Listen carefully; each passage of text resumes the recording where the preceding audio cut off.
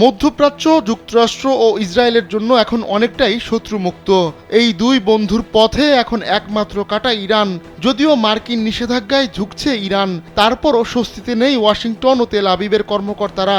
তাদের ভয় যে কোনো সময় ঘুরে দাঁড়াবে ইরান, করবে পাল্টা হামলা। আর তাই ইরানকে নিয়ে নতুন এক ছক কষেছেন যুক্তরাষ্ট্রের প্রেসিডেন্ট ইলেক্ট ডোনাল্ড ট্রাম্প। গেল 5 নভেম্বর ট্রাম্প সবাইকে অবাক করে দিয়ে মার্কিন প্রেসিডেন্ট নির্বাচিত হন। তবে নির্বাচনী প্রচারণার সময় বেশ কয়েকবার আততায়ী হামলার শিকার হয়েছিলেন তিনি। মার্কিন গোয়েন্দারা দাবি করেছিল ট্রাম্পের জীবন নিতে মরিয়া ইরান। এমনকি এ নিয়ে তখন তেহরানকে সতর্কও করে দিয়েছিল বাইডেন প্রশাসন। যদিও তেহরান জানায় ট্রাম্পকে হত্যার কোনো পরিকল্পনাই নেই তাদের। জীবনকে উপভোগ করার সব আয়োজন নিয়ে একটি নিশ্চিন্ত কমিউনিটি লিভিং নিশ্চিত করছে রূপায়ণ সিটি উত্তরা। কিন্তু খ্যাপাটে প্রকৃতির ট্রাম্প ইরানের উপর বেশ বিরক্ত। মিত্র ইসরায়েলের প্রতি আনুগত্য দেখাতে হলেও ট্রাম্প ইরানে হামলার অনুমতি দিতে পারে এমন শঙ্কা তৈরি হয়েছিল। এবার তেমনই এক খবর সামনে নিয়ে এলো প্রভাবশালী মার্কিন গণমাধ্যম ওয়াল স্ট্রিট জার্নাল। ইরানের পরমাণু কর্মসূচির লাগাম টানতে সব ধরনের অপশন মাথায় রেখেছেন ট্রাম্প।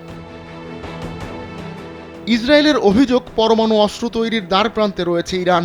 সেক্ষেত্রে ইরান সফল হলে অস্তিত্ব থাকবে না ইসরায়েলের। তাই বন্ধুকে বাঁচাতে মরিয়া ট্রাম্প সর্বোচ্চ চাপ প্রয়োগের নীতিই বেছে নিয়েছেন। নিষেধাজ্ঞা বা কূটনীতি নয়, বরং ইরানে আগে ভাগে বিমান হামলা চালাবে যুক্তরাষ্ট্র। এভাবেই ইরানের ২০ দাঁত ভেঙে দেওয়া সম্ভব বলে বিশ্বাস ট্রাম্পের টিমের। ট্রাম্পের ট্রানজিশন টিমের কিছু সদস্য ইরানের পরমাণু স্থাপনায় হামলার অপশনকে আগের চেয়ে বেশি গুরুত্ব দিয়ে ভাবছে।